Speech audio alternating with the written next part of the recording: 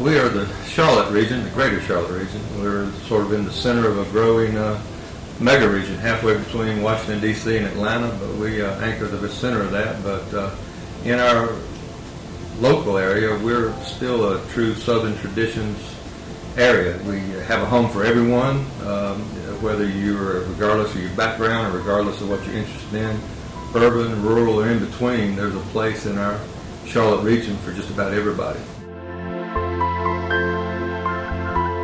I love the fact that there is such a joint effort by everybody that comes. There's a welcoming effort evident from the leaders of the community down to the grassroots level.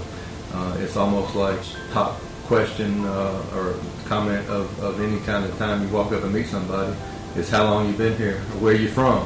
There's a very open, welcoming society, and everybody finds a way to contribute, everybody finds a way to participate, and it makes us extremely strong. Well, the HUD grant changed the conversation in our region in a way that we were not expecting. It really engaged far more people than are typically involved in this kind of a process. The fact that we took it to the grassroots level in a very deliberate way at each of the 14 counties in the bi-state region that eventually ended up in contacting and including almost 7,000 people.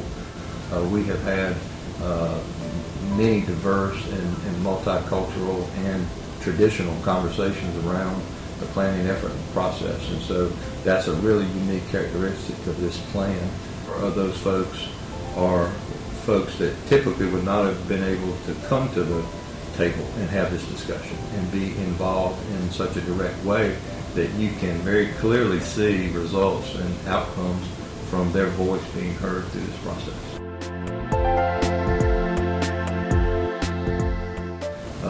We had 3 phases of the project early on in the first year constructed.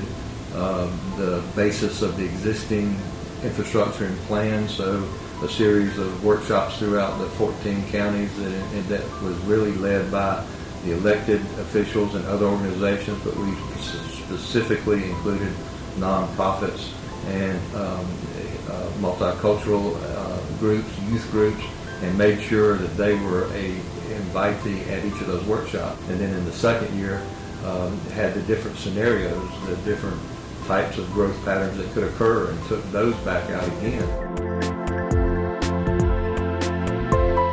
Well, we've moved forward with implementing the goals in much the same way that we moved forward doing the plan at the community level, with input from the local officials and from organizations and businesses on what are the barriers to implementation. And we've looped back into the process and looped back in the cycles of the entire project to be able to check in at the different stages, and now even as we're coming to the final growth framework scenario, have gone back a third and final time to be able to identify any issues and barriers for implementation and to work with them to see what they are, and then be able to ensure that those issues have been addressed in the growth framework.